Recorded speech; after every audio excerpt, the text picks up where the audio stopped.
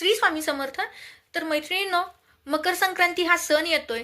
तर ह्या सणाच्या निमित्तानं सुवासिन स्त्रियांनी काही गोष्टींची खरेदी करायची आहे.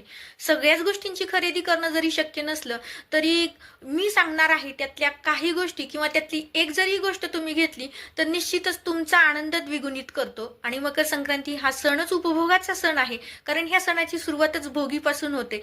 मग ही भोगी निसर्गाने दिलेल्याच गोष्टींचा उपभोग घ्यायचा नाही, तर आपण जे कष्ट करतोय, ज्या कष्टाच्या मार्फत जो आपल्याकडे पैसा येतोय, त्या पैशाचा मार्फत काही गोष्टीची खरेदी जर आपण केली, म्हणजे आपल्या सौभाग्याचं, शृंगाराचं जर काही साहित्य विकत घेतलं, तर निश्चितच हा आनंद आपला द्विगुणित करणारा आहे.